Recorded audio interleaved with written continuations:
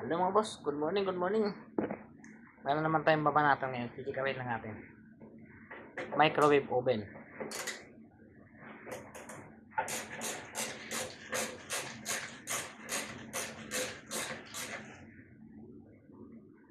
Tingnan natin kung anong lalabas sa tawas. Kasi ito nga boss, totally blackout siya. So, titingnan natin kung anong mahuhulaan natin ng sakit ito.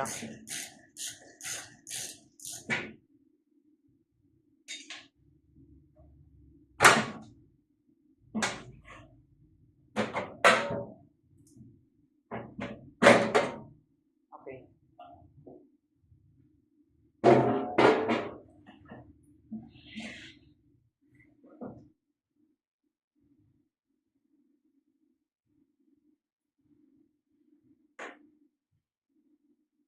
Yan, tatanggalin ko muna yung ano niya.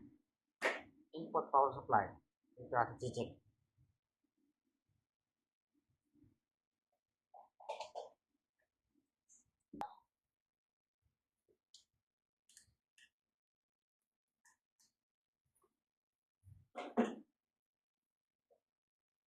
Ito may voltahe siya.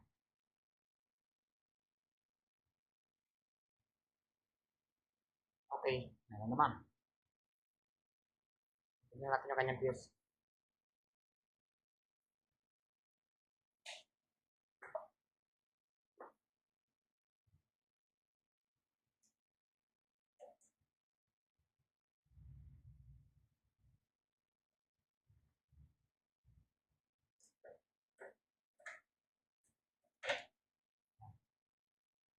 Ito.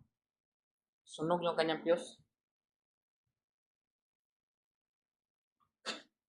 So, malamang mayroon silang nailagay dito sa microwave oven nila na hindi akma doon sa kanyang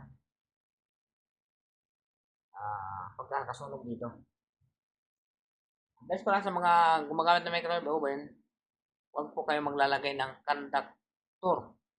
Kumbaga, aluminum foil na may pasok doon sa loob niya, dito sa loob ng microwave oven. Yun po ay naglilikan ng kuryente. So, kaya nasunog itong kanyang fuse.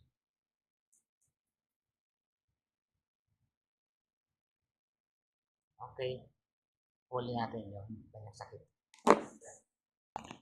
So, ayan. Nilagyan mo natin temporary na fuse niya. Temporary lang muna kasi hindi pa naman na-finalize yan. Testingin natin. Yan. Wala tayong taga-video. Tayo lang mag-isa.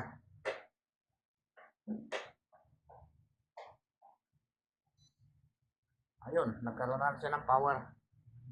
Nagkaroon na ng kili-kili power.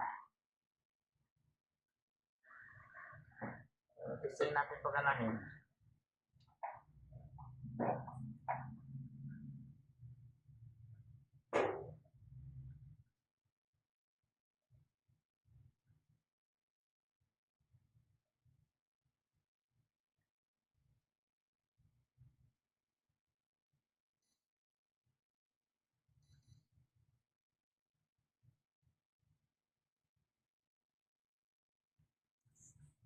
Tingnan natin kung iinit sa loob. Yan. Magana siya.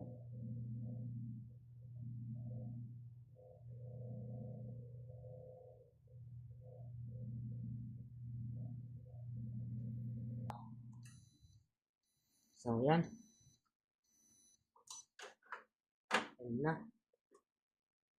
Ayos. Tapos na. Convincing na naman. May accomplishment na naman tayo. Salamat sa panonood. Salamat sa tiwala. Paki-comment naman kung nasaan ka nanonood para sana alam ko kung saan na nakarating ang ating video. Salamat.